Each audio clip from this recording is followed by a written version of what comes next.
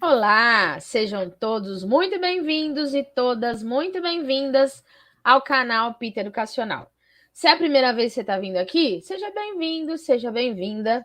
Aproveita, aciona aí o sininho, se inscreve no canal, que aqui é lugar de bater papo sobre educação, trazer gente boa, inteligente, sabida, para compartilhar seus saberes com a gente. Tem um monte de gente legal aí. Vai lá ver as lives que estão gravadas. Tem contação de histórias, tem muita coisa boa para a gente colaborar com a qualidade da educação das nossas salas de aula. Se você já vem sempre aqui, muito obrigada por estar sempre acompanhando o canal. Todas as lives ficam gravadas e você já sabe. Se quiser, deixa aqui seu comentário, vai colocando sua sugestão, que a gente vai compartilhando. Hoje eu tenho o imenso prazer de receber uma pessoa muito querida. Sabe aquelas pessoas bonitas por dentro e por fora? Que tem um coração enorme? Essa é a Cris. Ela vai falar com a gente sobre um tema muito especial e que a gente anda falando bastante esses dias por causa dos problemas que a gente tem, que é família. Como é que a família hoje precisa se comportar na escola, com as crianças, com os jovens? Com tantas questões emergenciais dessa vida louca que a gente tem por aí. Cris, muito obrigada por aceitar o convite. Tati, eu que agradeço. Acho que é um privilégio poder compartilhar, né, com você e com todas as pessoas que estão aqui na live conosco. Qual é a função da família hoje, né? Quais são as necessidades que as famílias estão sentindo? Então, acho que a nossa noite hoje, o nosso tempo de conversa, é para a gente refletir um pouquinho sobre o que é uma família saudável. Isso mesmo. Bom, vou apresentar a Cris oficialmente. A Cris é pedagoga, neuropsicopedagoga, terapeuta cognitiva comportamental e educadora parental. Ela tem experiência na educação de mais de 33 anos. Bom, no dia 24 de abril, nós comemoramos o Dia Nacional da Família na Escola. Não é o Dia da Família, é o Dia da Família na Escola. A relação positiva entre escola e as famílias é a chave para essa formação integral dos estudantes, o que é desejo de ambos. Por isso, é necessário que a escola promova uma comunicação direta e aberta com os familiares. E é fundamental isso para aproximar pais e responsáveis desse processo pedagógico e assim desenvolver no estudante todas as competências necessárias. Quando uma família procura uma escola para matricular seus filhos e suas filhas, ela deseja, na maioria das vezes, que suas crianças e jovens tenham a possibilidade de ingressar num mercado de profissional estável, que sejam protagonistas e autônomos e que a escola possa dar continuidade à educação que recebem na escola. Por sua vez, a escola, quando recebe um novo estudante, uma nova estudante, espera respeitar as necessidades dessa criança e desse jovem e oferecer os melhores programas e oportunidades de aprendizagem. Vejam, há algo em comum que os une, esta criança e este jovem. Elas necessitam que a escola e a família, então, tenham planos assertivos para apoiá-los, ouvi-los, acolhê-los, ajudando-os a se desenvolver sempre. Por isso, o diálogo é a chave para o sucesso desta necessária parceria. Desta forma, hoje nós vamos conversar sobre como a família participa da vida escolar dos filhos e filhas e como podemos cada vez mais colaborar com o pleno desenvolvimento dessas crianças e desses jovens. Cris, para começar, antes de mais nada, conta para a gente um pouquinho como é que é o seu projeto com as famílias. Sim, como a Tati disse, eu já estou na educação há 33 anos, fui coordenadora pedagógica, orientadora educacional, professora num grande colégio aqui em São Paulo, e acho que o meu projeto partiu da necessidade em ajudar os pais, né? Eu venho de uma educação, né, onde a gente pensa muito na parceria. E muitas vezes eu percebia que só trabalhar com as crianças eu não conseguia resultados, né? Eu precisava envolver as famílias de uma forma que trouxesse significado para esse meu trabalho e para o desenvolvimento da criança. Então, eu refletia muito sobre o julgar, Tati, como as famílias eram julgadas, né? Porque, assim, a gente que está dentro de escola sabe que a gente atende famílias com diferentes perfis, mas o julgar me incomodava, começou a trazer uma inquietude, né? Então, aquele aluno tem este comportamento porque a família não age da forma correta. E aí eu fui estudar parentalidade para poder ajudar as famílias. Nem nós, educadores, temos a resposta correta para uma educação, né? Pai e mãe também aprendem a ser pai e mãe, né? Eles não recebem uma receita. E aí, pensando nessa mudança da nossa sociedade, eu precisava ter ferramentas e estratégias para fazer com que esses pais entendessem o que a gente precisava como ação, como mudança de atitude no comportamento da família. Então, o projeto Ressignificar, ele surgiu dessa minha inquietude em ajudar os pais e as crianças. Hoje eu atuo, não trabalho mais em escolas, né? Eu atuo atendendo famílias nos Estados Unidos e no Brasil, né? É um trabalho aí onde eu faço toda a parte de orientação parental para os pais, né? É onde eu trabalho a psicoeducação com eles e trabalho com as crianças a neuroafetividade. Né? Então, assim, a gente sempre coloca que por trás de todo comportamento, né, de toda atitude, tem uma necessidade e uma emoção. Então, o Ressignificar surgiu da inquietude em poder ajudar os pais a formarem famílias saudáveis. Que trabalho muito, muito importante, né, Cris? E aí, aproveitando esse seu início, nós que estamos na área de educação, quantos educadores, quantos pensadores nós já lemos, né? Quanto a gente já estudou e sabemos, tanto do lado pedagógico, né, quanto do lado da psicologia, que a família é o início de tudo, é a base, né? Em vários estudos, tem aí Freud, tem Piaget, tem Vallon, todo mundo sempre dizendo isso. Fala um pouquinho para a gente, até para ajudar as pessoas a entenderem exatamente isso. Como é que a gente, qual a importância então dessa família nesse início, nessa formação dessa criança e desse jovem? Eu tenho estudado muito a primeira infância, né? Acho que tudo começa na primeira infância, então eu digo muito para os pais o quanto é importante essa base para a criança até os 6 anos, né?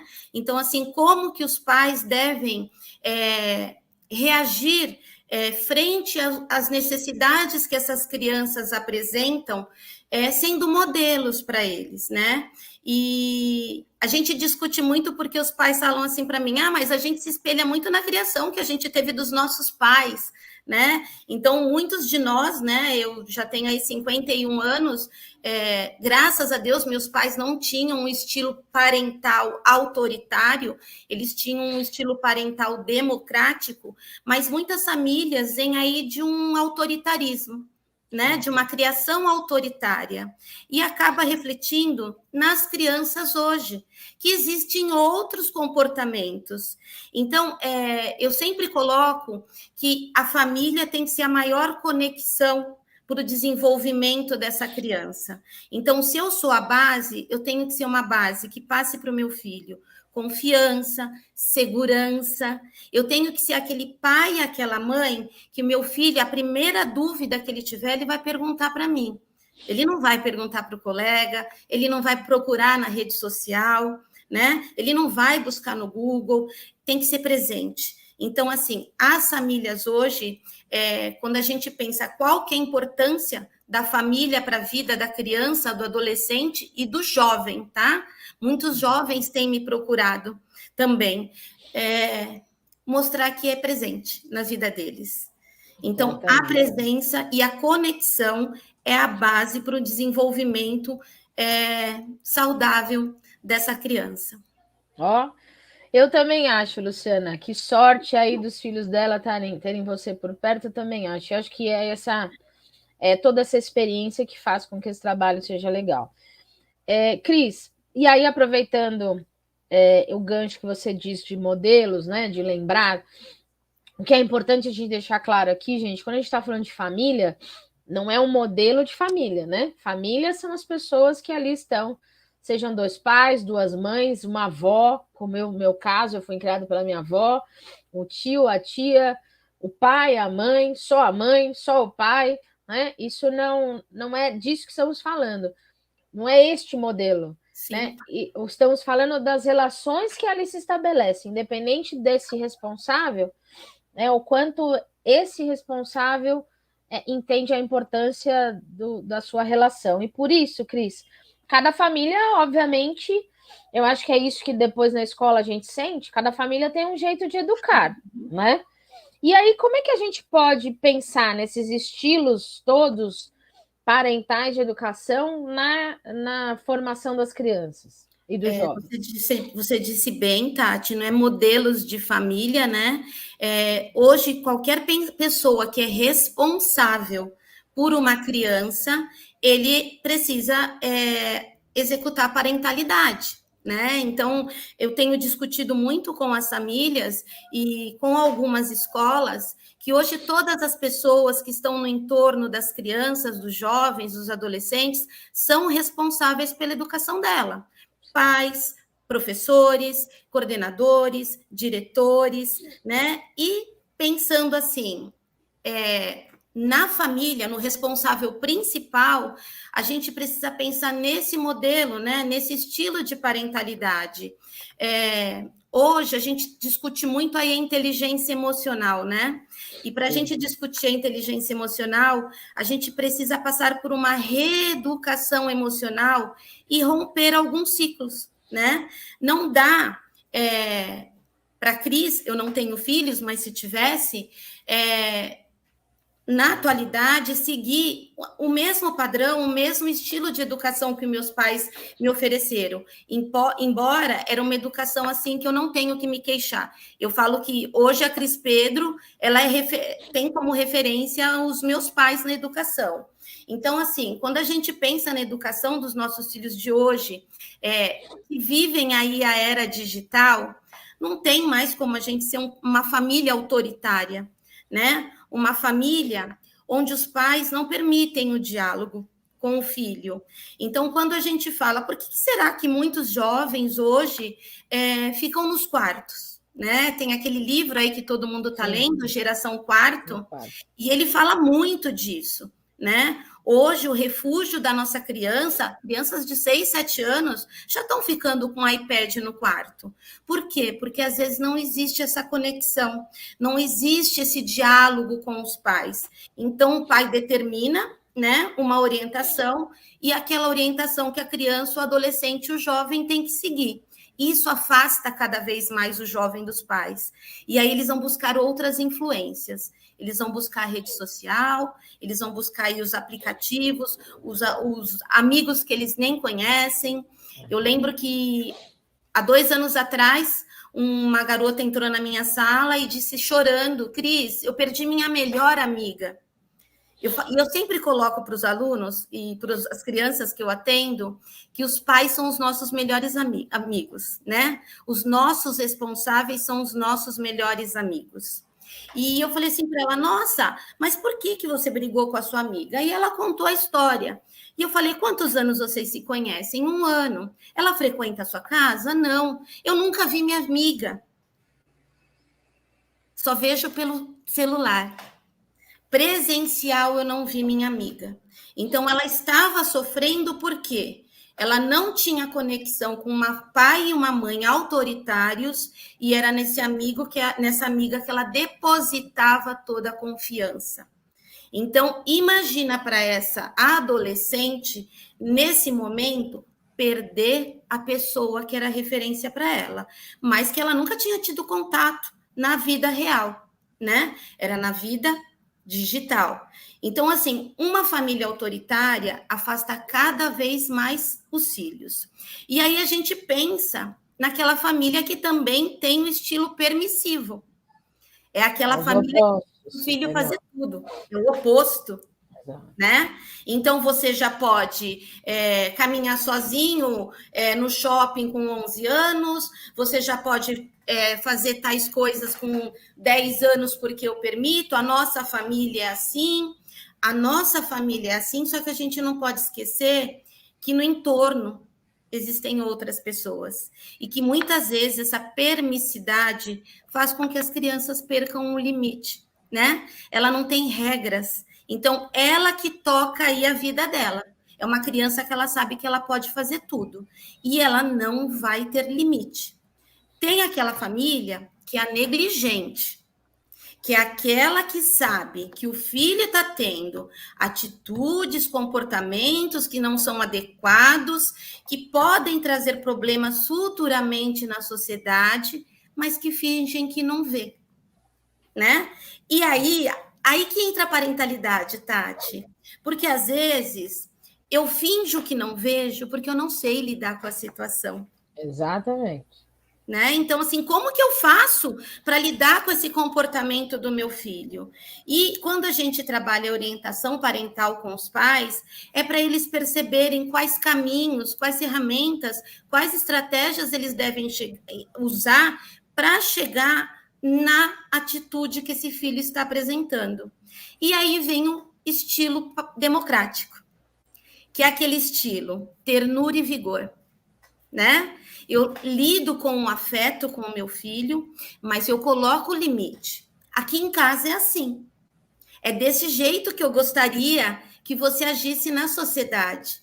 Sim. Então, ele traz algumas referências para essa criança e ele discute, sim, os comportamentos que ele vem apresentando, né? E mostrando aí possibilidades, como essa criança, como esse adolescente pode fazer um desvio de rota e repensar e refletir sobre aquele comportamento que ele vem apresentando. Então, quando a gente pensa nesses estilos parentais, do autoritarismo, da família negligente, da família que é permissiva e da família que é democrática, quando a gente pensa numa parentalidade consciente, em como esse pai deve agir, essa mãe, esse responsável dentro de casa, ele precisa perceber sempre que ele precisa agir pelo estilo democrático, onde ele vai escutar, né? Durante todo esse tempo aí, já tem 2 anos que eu estou trabalhando com a educação parental em atendimentos, mas já fazia antes, eu percebo que os jovens precisam e as crianças serem escutadas, né? Então, enquanto eu era coordenadora e orientadora educacional, o dia inteiro eu tinha criança na minha sala. E não era para falar assim, eu vou sair da aula. Não, eles iam para colocar as necessidades deles. E eu tinha como papel dentro da escola, porque eu faço parte da parentalidade na escola. Você faz parte, os professores, escutar esse aluno. Até para entender. Porque, de novo, da mesma forma que a gente julga pai e mãe, a gente julga aluno, e professor também é julgado, coordenador é julgado, orientador é julgado. Então, a parentalidade vem para fortalecer nós que somos responsáveis por essa educação, a eliminar o julgamento e trazer a reflexão em novos posicionamentos para uma educação saudável, né? Então, quando a gente pensa em estilos, de novo vou falar, parentais, a gente precisa pensar num estilo que escute a criança, o adolescente e o jovem. E o jovem não é porque ele está na faculdade que ele não precisa ser escutado, né? O jovem também precisa sentar com o pai conversar, da mesma forma que acontece lá na primeira infância. E é escutar para entender, não é escutar para responder, né? Exatamente. A gente escuta para responder. Sim. Lá, não. Não, aí eu não entendi, eu não te acolhi, eu não te olhei nos olhos, eu não compreendi seu ponto de vista. Então, eu brinco, aproveitando a sua fala, que a gente precisa treinar esse jogo de xadrez. Para eu jogar xadrez, para eu dar minha jogada, eu preciso esperar a Cris jogar, para analisar o cenário, e aí eu posso tomar minha decisão. E aí o diálogo é isso, né? Então, antes, espera, escuta, entende e continua, né? Cris, e aí todas esses tipos de educação, claro, gostaríamos que entendêssemos esse lado democrático para o bem delas, mas vai chegar todo mundo, né?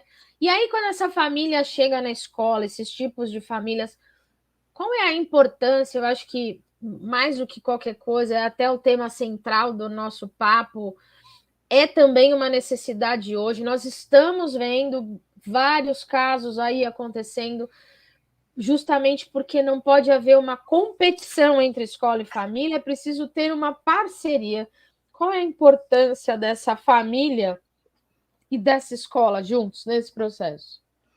Além de estar na Constituição, além de ser uma obrigação, né? Sim. Eu comecei muito nova na educação, né? Eu comecei com 17 anos como professora, e eu sempre tive essa visão da parceria entre a escola e a família. Eu sempre construí, como professora, relações com os pais que mostrava que nós precisávamos seguir um caminho junto, né? Para que essa criança se desenvolvesse. Então, assim, quando a gente, e eu vou voltar várias vezes no tema parentalidade, porque a escola hoje faz parte da parentalidade, a escola tem que estar muito presente também na vida das crianças para poder ajudar os pais, né? E os pais ajudarem a escola. Claro que tem o papel da escola e tem o papel dos pais, mas a gente precisa pensar que a gente precisa usar uma linguagem única. E essa linguagem única só acontece da mesma forma que quando tem a conexão dos pais com os filhos, a conexão dos pais com a escola e da escola com os pais, né? Então, assim, a escola precisa, sim, promover espaços para que esses pais escutem o que está acontecendo na vida do filho dentro da escola, com relação à aprendizagem, com relação ao comportamental, mas os pais precisam escutar a escola. Os pais precisam entender, ainda mais na primeira infância, as crianças passam praticamente o dia dentro da escola. Passa mais dentro da escola do que da própria casa, né? Com os adolescentes e os jovens, menos. Mas os pais precisam entender que quando a escola solicita essa parceria, eles precisam também ser presentes na vida dos filhos dentro da escola.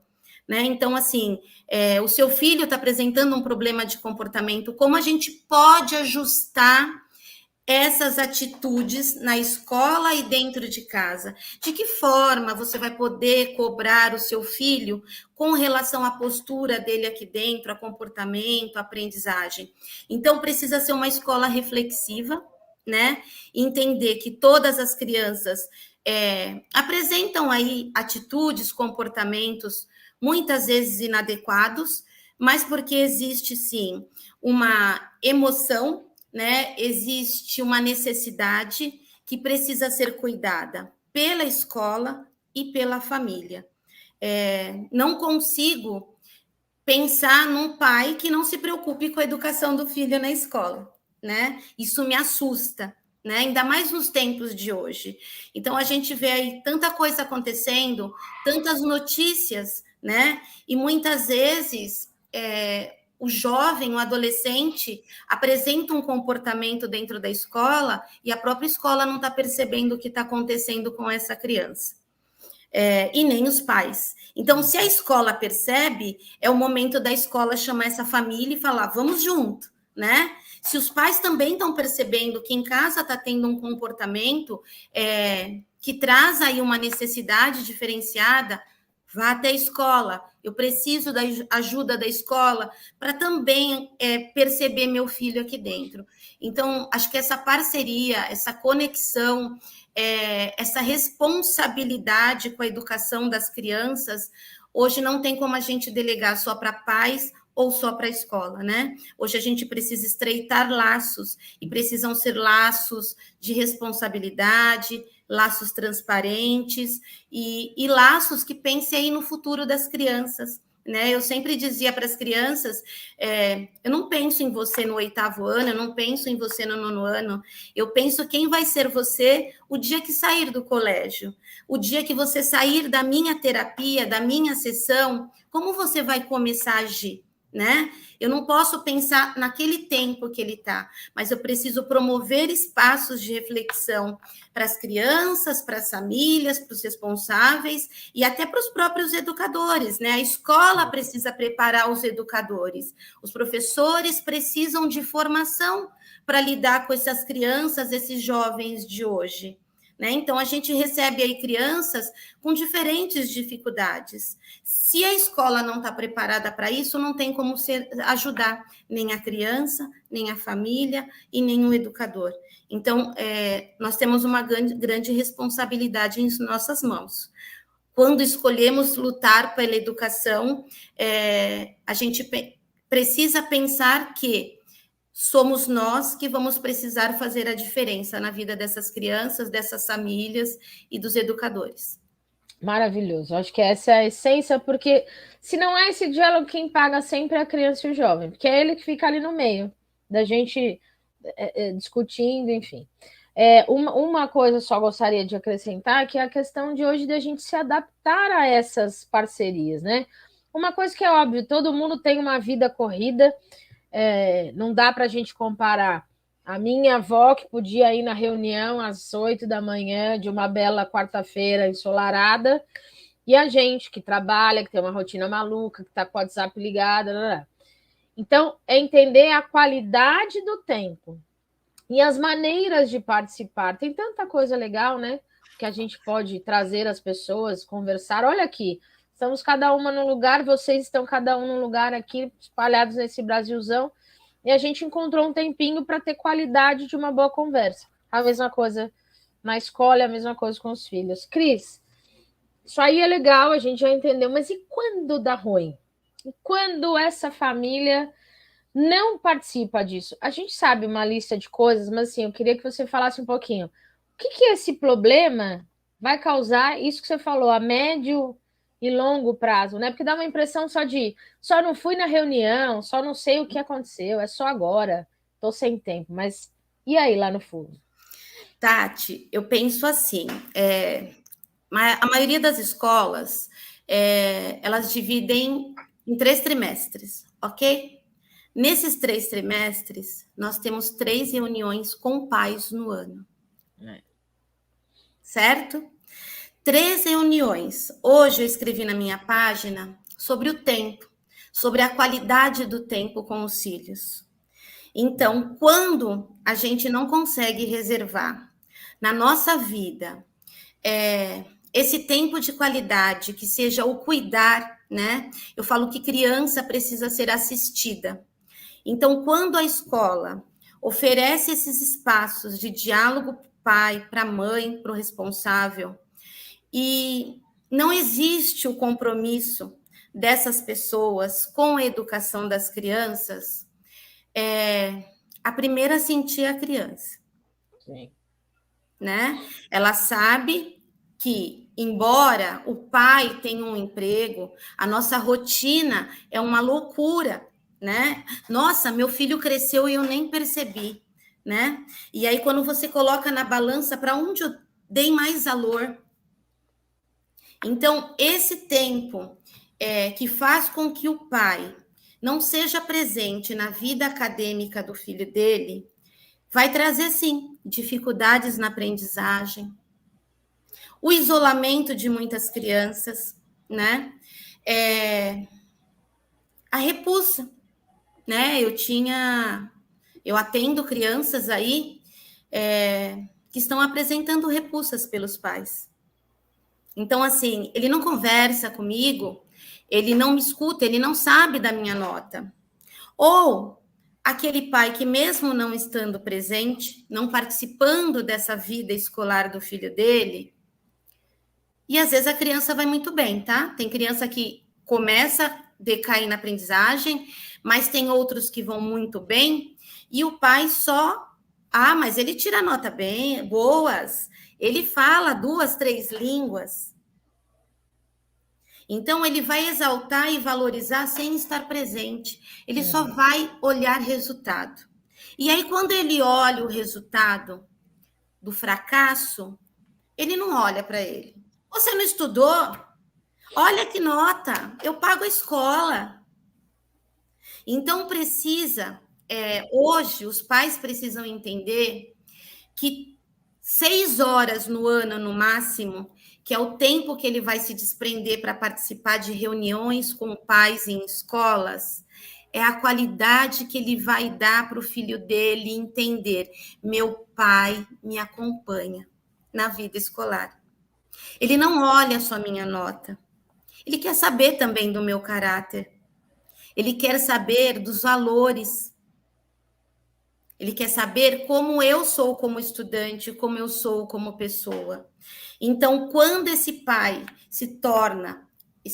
essa família, essa mãe se torna ausente da vida da criança, às vezes é muito tarde, né? Porque chega o final do ano, vem a reprovação, ou é um aluno que não vai estar, às vezes, dentro da escola e está usando outros caminhos.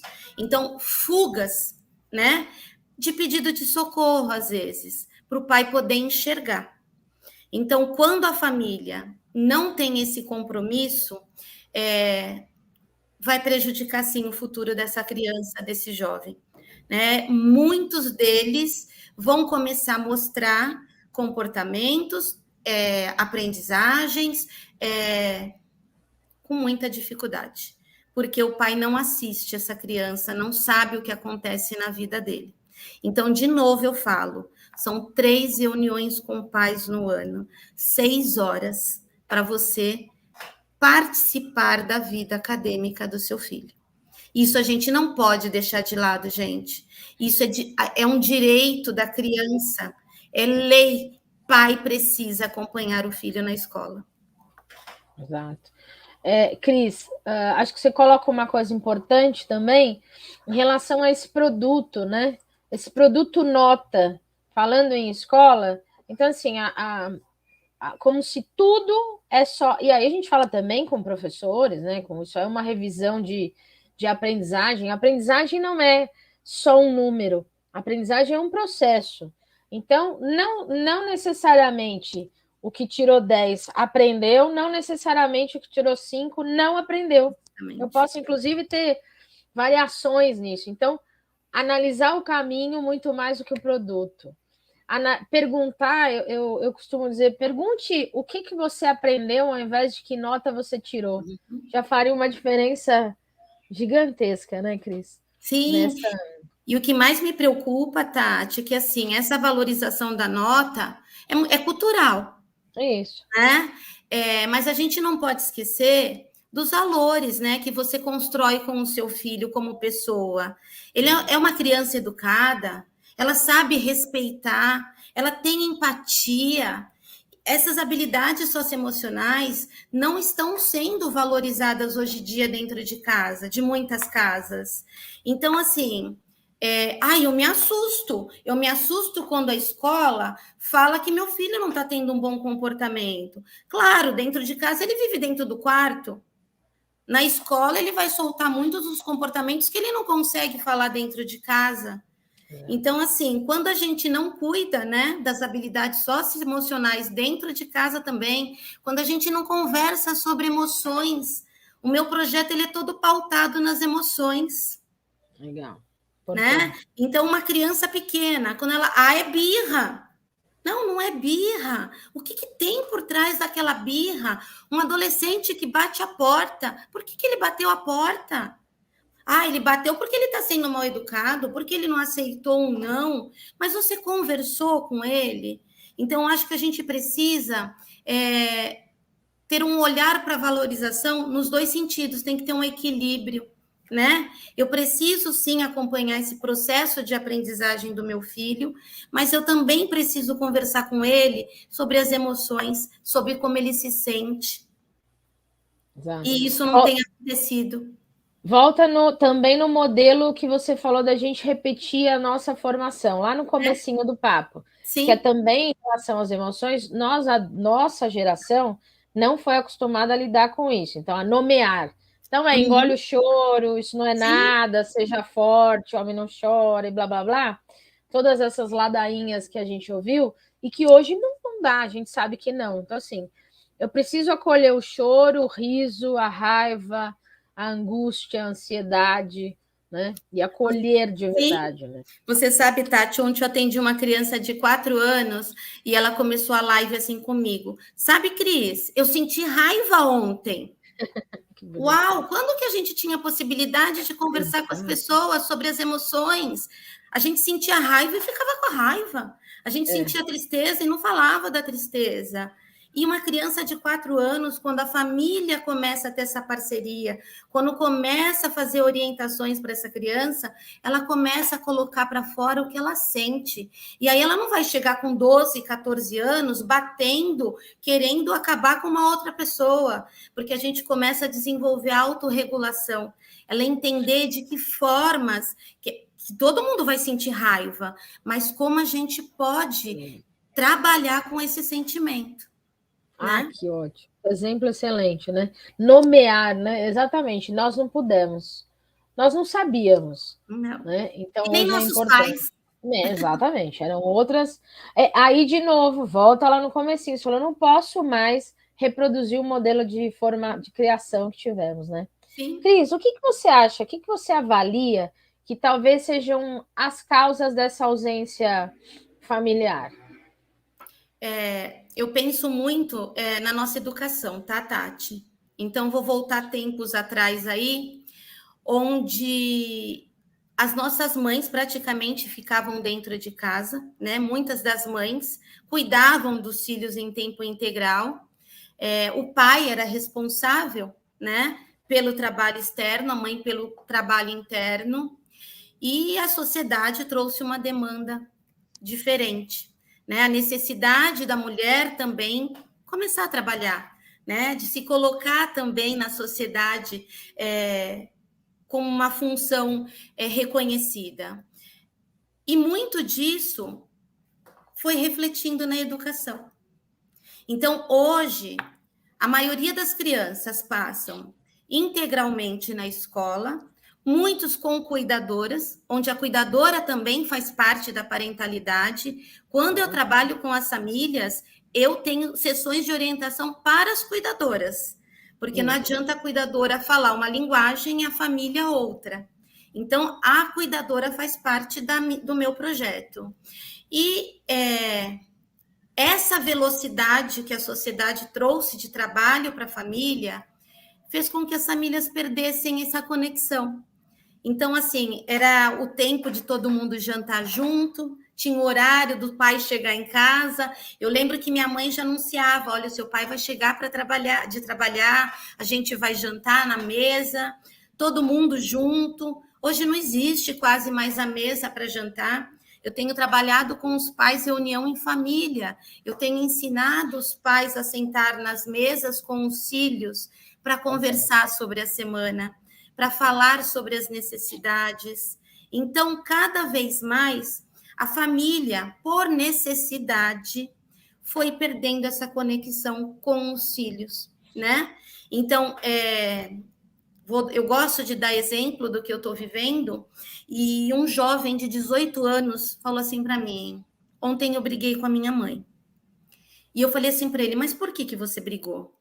Ele falou assim: eu queria conversar com ela e ela conversava comigo respondendo no celular. E aí eu falei assim para ela: quem é mais importante? Quem está na conversa com você ou o seu filho? Então, mesmo quando a família volta para casa, o trabalho vem para casa novamente. E o filho, a filha, a criança, o adolescente, o jovem, vai ficando muitas vezes em segundo plano. Então, essa necessidade que a sociedade trouxe provocou um distanciamento nas relações. E aí, de novo, eu falo: a gente precisa fazer desvios de rotas. Eu cheguei em casa, eu sou a mãe. Eu vou conversar com meu filho olhando nos olhos. Eu sei que eu preciso fazer a janta e é difícil, gente. Eu entendo e imagino a vida de quem tem filhos. Mas eu estou fazendo a janta eu estou fazendo a janta. Não dá para eu fazer a janta e respondendo para o meu filho, porque eu não estou olhando nos olhos dele. A gente precisa, assim, de 5 minutos para sentar e escutar, para sentar e conversar. A gente não vai voltar naquela família de antigamente. Aquilo era um luxo, você ter uma mãe o dia inteiro cuidando de você. E nem é também, é necessário, né? Só que, assim, precisa desse cuidado. Precisa desse cuidado, exatamente. A gente não pode esquecer, a sociedade mudou, os nossos filhos são nativos digitais, mas a gente precisa do toque. Tem mãe que me diz, ai, meu filho não quer mais que eu beije a hora que eu chego na porta da escola. Então, isso a gente constrói no filho. Ele não precisa ter vergonha. Sabe por quê? Quando a gente constrói afetividade no filho, ele vai beijar a gente em qualquer lugar. E ele vai ser assim com outras pessoas. Ele vai abraçar outras pessoas. Então, assim, o que trouxe essa mudança, eu acho que é a sociedade, né? A rotina que as famílias estão vivendo, provocando esse distanciamento na primeira sociedade da criança, que é a casa. Sim, isso mesmo. E aí, quando não acontece isso em casa, essa criança vai se comportar da mesma forma em outros lugares. Então, Exatamente. veja como os pais precisam ser influenciadores. Eles são influenciados por tantos no Insta que a gente seja um influenciador que eles mais querem seguir. Que eles mais querem dar views. Outro dia eu conversava com uma mãe e eu dizia assim, você precisa receber like do seu filho, né? Ele precisa te curtir. Porque, assim, influenciadores tem um monte para eles. Mas o maior influenciador é o responsável pela criança. É ele que vai mostrar caminhos para que essa criança se desenvolva de uma forma saudável, né? Que ele se comunique sem violência. Que ele tenha uma disciplina positiva. Quando a gente fala de um pai democrático, de uma mãe democrática, ele trabalha muito pela linha da disciplina positiva, né? Então, é dialogar sobre o que está acontecendo com a criança. Então, acho que a gente precisa resgatar um pouco dessa educação que a gente recebia há algum tempo atrás, pensando na sociedade de hoje. Exato. O não é preciso, né? Mas é outro, não é o não porque não, né? O não discutido, sim os combinados, sim são as regras, né? Isso mesmo. Cris, a gente colocou até como título, né, do nosso bate-papo, as emergências da educação contemporânea, né? O que você vê como... Quais são essas emergências da educação contemporânea com relação à família? Novamente, eu vou tocar na tecnologia, tá? Importante. Então, pensando essa velocidade aí que a nossa criança vive hoje, o nosso adolescente, a tecnologia é uma das emergências. Então, esse pai, ele precisa acompanhar, sim, esse mundo que essa criança vive, né?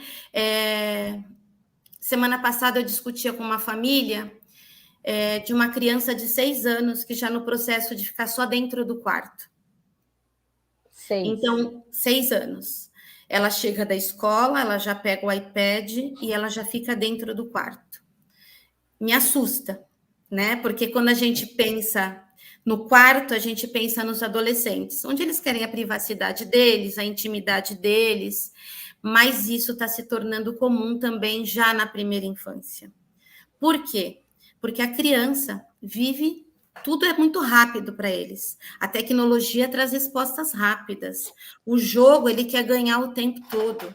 Então, a tecnologia, ela traz uma ameaça, assim, para as crianças. E precisa ser assistida. Precisa ser conversada com as crianças, precisa ter um limite. Eu brincava com esses pais, que quem não leu o livro ainda, Geração Quarto, leia.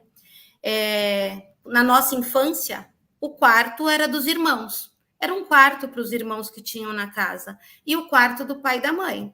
Naquele quarto, nas beliches, a gente brincava, a gente brigava, a gente trocava confidências. O passar do tempo trouxe um espaço mais privado, né? Onde cada filho tinha o seu quarto. podia levar o seu amigo, se era um menino, trazia o garoto, a menina trazia a amiga, e agora esse quarto virou um espaço de depressão, né? Então, hoje a criança não usa mais a tecnologia para se divertir. A busca deles precisa ser vigiada. Vigiada no sentido, o que meu filho faz com a tecnologia? Ele está usando para trazer para ele informações necessárias ou ele está buscando informações que podem prejudicá-lo? Então, a tecnologia, o uso da tecnologia é uma das emergências. A outra emergência é a velocidade. Então, muito vinculado ao dedinho, né? Eu abro várias janelas no meu computador, eu troco de página, né? Eu olho a Tati no Instagram, mas eu já olho também outra pessoa, e eles querem tudo muito rápido. E essa rapidez, né, essa velocidade que a tecnologia traz para eles, prejudica na atenção. Então, eu não dou mais conta de escutar uma pessoa falando. Por isso que eu digo, a criança precisa ser assistida, precisa ter uma comunicação assertiva dentro de casa, precisa ter diálogo, gente, né? Eu lembro que o ano passado, eu assistindo uma aula, e o professor lá na frente, uma aluna levantou a mão e fez uma pergunta para o professor. E o professor, respondendo para a aluna, alguma colega do lado fez algum pequeno comentário, e essa aluna que estava ali recebendo a informação que ela solicitou ao professor, era como ela tivesse levantado o dedinho dela no celular ou no computador, abrindo uma outra janela, ela deixou o professor de lado e já começou outra conversa. Então, essa velocidade que a tecnologia traz para as crianças está prejudicando, sim, a atenção deles. Então, muitas vezes, por isso que eu bato na tecla, a gente precisa sentar, conversar, e a conversa precisa ser no olho. Porque muitas vezes vocês também vão falar, nossa, mas eu falei com meu filho e ele não me escutou. Eu acho que ele não quer me escutar. Se eu não falo sentado, olhando nos olhos dele, ele não vai prestar atenção. Por isso que essa conversa precisa ser olho no olho, porque a velocidade dele vai além das nossas palavras. A outra é emergência, o excesso de possibilidades. Foco. Eles têm tudo que eles querem dentro da tecnologia muito rápido. E aí, ao mesmo tempo que eles conseguem aquilo que eles querem, às vezes eles nem usam. Né? Olha, passou, eu vi dentro do computador, na rede social, tal tênis. Mas eu vi e quero, só que eu não uso. Então, esse excesso que eles têm de informação traz para eles muitas possibilidades. E essas possibilidades, às vezes, eles nem sabem como usar, nem sabem o que fazer com elas. E aí também tem a emergência do narcisismo, onde a criança começa a ser egocêntrica. Quando ela começa a olhar para a influência. Nossa, aquela influência é daquele jeito. E aí vem a não aceitação, muitas vezes. Eu não quero... Muitas doenças, né? Muitas doenças hoje. Ansiedade, sim, depressão, o número enorme de suicídios na adolescência, que cresceu absurdo. Tati, eu nunca imaginava escutar isso de uma adolescente. Numa conversa, ela me disse assim, a gente podia comprar nariz, né, Cris? E eu parei e fiquei pensando. Ela falou, devia ter vários modelos de nariz pronto e a gente chegar para fazer uma cirurgia plástica, 13 anos, e falar, eu quero esse nariz, eu quero esse nariz. E a gente ir trocando.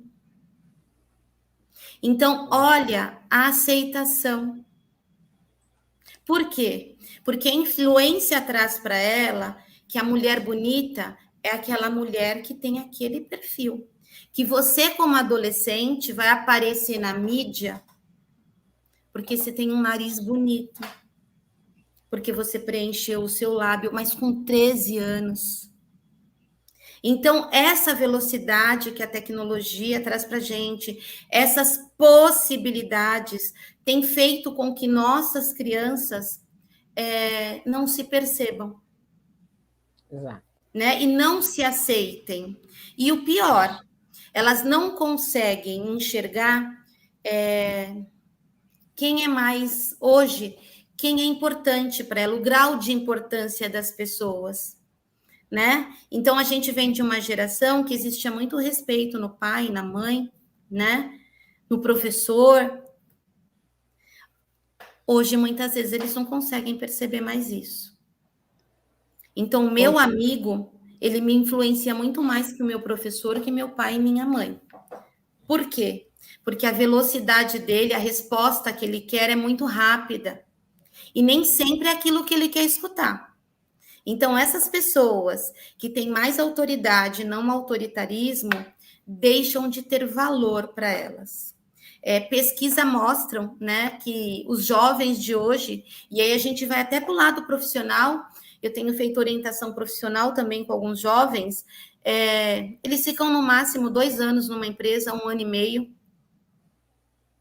Antes era bonito a gente ter uma carteira de trabalho preenchida, né? Que orgulho, né? Que orgulho você trabalhar tantos anos numa empresa. A velocidade que o jovem vive traz para ele essa velocidade no profissional. Então, eu vou mudando. E às vezes eu não vou mudando nem pensando na minha carreira, eu vou mudando. Ah, não gostei desse meu chefe, eu vou mudar. Por quê? Porque as respostas não são do jeito que eles querem. Então, quando a gente fala na emergência, a gente tem que pensar assim, nessa tecnologia que invade a casa de vocês todos os dias, nesse narcisismo que os filhos de vocês estão vivendo com esses influencers diariamente, né? Nesse respeito, né? As pessoas que estão no entorno dele e nessa valorização desse respeito, a velocidade que eles vivem, e a gente tem que limitar. A gente vê criança pequena aí de 6, 7 anos numa velocidade de consumismo grande. Então, pensar que se essas crianças e esses adolescentes não forem assistidos, essa velocidade vai tomar conta do comportamento deles. Então, quando eu falo dessa emergência, a tecnologia sim vai trazer para eles. A gente não pode descartar o quanto a tecnologia traz de bem para a gente. Veja só, cada um está na sua casa agora e a gente está conversando aqui, né? Nós estamos numa reunião. Mas a criança, ela não consegue ter essa autorregulação de saber o que eu vou buscar, como eu vou buscar, para que eu vou buscar. E ela não pensa na consequência. Então, quando a família é uma família que trabalha de forma assistida com essa criança e constrói significados para ela, dá limite, né? Essa criança consegue perceber que caminhos eu faço como escolha para a minha vida. Perfeito. Entender que não é culpar o novo século e suas inovações. Nós todos, inclusive nós, imigrantes digitais, e eles também, não é porque nasceram mergulhados nesse universo, a sermos bons usuários de tudo isso. Exatamente. Né? Entendermos juntos. Gente, eu não sei vocês, mas eu ficava aqui umas 3 horas ouvindo a Cris, porque é fantástico, mas nosso tempo está acabando. Cris, que mensagem você deixa para as famílias aí? Como mensagem final, o que você acha que é importante deixar? Primeiro, deixa eu só pegar uma coisa aqui para mostrar para vocês. Enquanto a Cris pega, eu vou lendo aqui o comentário da Emanuele. Ela traz aqui para a gente: como educador, é triste por ver tamanha falta dos alunos de serem olhados pelos pais, muita carência, falta de confiança e afeto. Muitos nos procuram para partilhar. É isso, né, Emanuele? Que a gente possa ouvir tudo isso nas duas posições, como família e como educadores, e entender a importância de que, no final das contas, quem sofre é aquela criança, aquele jovem. Então, vamos juntos trabalhar essa parceria. Obrigada eu, Emanuele. Ela agradece que obrigada eu por você compartilhar suas ideias. Vai lá, Cris. Quando a gente pensa aí na educação, a gente não pode esquecer que a gente precisa ser um leitor parental, né? A gente precisa se informar para saber educar hoje em dia, infelizmente, gente. Porque, assim, de novo, voltar na velocidade, eles estão mais rápidos que a gente, as crianças. E se a gente não se aprofundar, não estudar o que é a parentalidade, a gente muitas vezes não vai conseguir ajudar nossos filhos. Então, eu vou colocar só alguns livros aqui, para vocês entenderem como conversar com as crianças. Põe Depois um eu pouquinho mais coloco para lá na cá, minha Cris. página. Mais para cá. Põe um pouquinho mais pro... Não. Aí. Eu vou colocar na minha página depois. Decifre e fortaleça o seu filho. E acho que esse é para todos nós. Não sei se vocês já leram. Florescer. Né? Acho que chegou o tempo que para a gente poder educar, a gente precisa trabalhar a nossa reeducação emocional. Pai e mãe também sofrem. Pai e mãe também têm dor. E eu compartilho muito disso com vocês. Por isso que eu fui estudar parentalidade, para poder ajudar os pais. Então, assim, o meu recado é: sejam presentes na vida de vocês, dos filhos de vocês. Encoraje-os a enxergar a vida por outras vertentes. Mostre para eles que o primeiro refúgio é a casa, é a família. É ali que ele vai encontrar, sim, pessoas que vão ajudá-los no erro e no acerto. Mas vocês precisam mostrar isso para os filhos de vocês. Se eles não sentirem essa confiança, eles não vão buscar ajuda na família, mas eles vão buscar ajuda fora. Outras pessoas vão ter o poder de influenciá-los que não vão ser vocês. Então, cabe hoje, depois dessa nossa conversa, vocês pensarem: que memórias eu vou deixar na vida dos meus filhos, né? Para um minutinho aí, fecha o olho e pensa assim: meus filhos estão num grupo de amigos com 18 anos, como eles vão falar de mim? É isso que a gente tem que pensar. Como meus filhos vão me levar para o futuro? Que valores eu vou construir com eles? Como pessoa, principalmente, né? Porque a gente sabe que a gente precisa de uma formação integral para ser uma pessoa, não que tenha, mas que seja. Então, para vocês olharem para o futuro dos filhos de vocês, pensem em orientações que formem seus filhos para ser no mundo e não para ter. Acho que essa vai ser a grande diferença na educação. Olha, de novo, ficaria aqui horas. Fico muito grata. Ó, tá aqui, pessoal, na tela, o Instagram da Cris, para vocês entrarem em contato, saberem mais do trabalho dela, levarem para suas escolas o trabalho dela e seguirem também. Cris, eu não tenho como te agradecer a sua generosidade, o seu carinho. Tá todo mundo aqui, ó, a Kelly, a Luciana e mais a Emanuela, um monte de gente aqui agradecendo a sua participação, eu também. Eu tenho, já disse isso em outras lives e digo aqui de novo, eu tenho o privilégio de conhecer tanta gente boa por esse Brasilzão afora, e o canal é um lugar de eu trazer essa gente, reunir esse povo bom, a gente sabida, para poder compartilhar com a gente tantas coisas boas.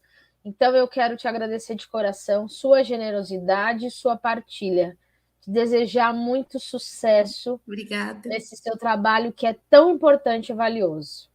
Eu que agradeço, Tati. Acho que assim, outro dia eu conversando com uma mãe, eu dizia que minha missão é promover aí para as famílias esse olhar para a educação diferenciado, né? A Luciana aqui mandando um abraço, Lu, saudade também. Minha missão é compartilhar com as famílias esse olhar para a educação de uma forma diferenciada, mas que seja uma forma que tenha conectividade, que tenha afeto, que é o principal, né? E a gente pode aí promover outros encontros para discutir outros temas da parentalidade. Isso mesmo. Bom, gente, eu quero agradecer a todos e todas que participaram desse nosso bate-papo, dizer que todas as lives ficam gravadas, tem muita gente boa que já passou por aqui, assim como a Cris. Então aproveita, pega essa live, compartilha aí nos seus grupos, leva também para a escola, põe lá no grupo da família de hoje para a gente conversar. Então, espalhe as coisas boas. Isso que é o mais importante e os dos benefícios da rede, que a gente possa espalhar coisas boas, tá? Se foi a primeira vez que você veio aqui, seja muito bem-vindo e muito bem-vinda. Aproveita, se inscreve no canal, porque cada 15 dias tem uma gente sabida, igual a Cris, para trazer coisas boas. Aproveitando, anota aí as 2 lives de maio. No dia 16 de maio, a gente vai falar sobre os 4 pilares para a implantação de recursos tecnológicos nesse ambiente escolar. Muita gente fala de tecnologia, mas como é que faz isso? Como é que realmente faz isso virar realidade?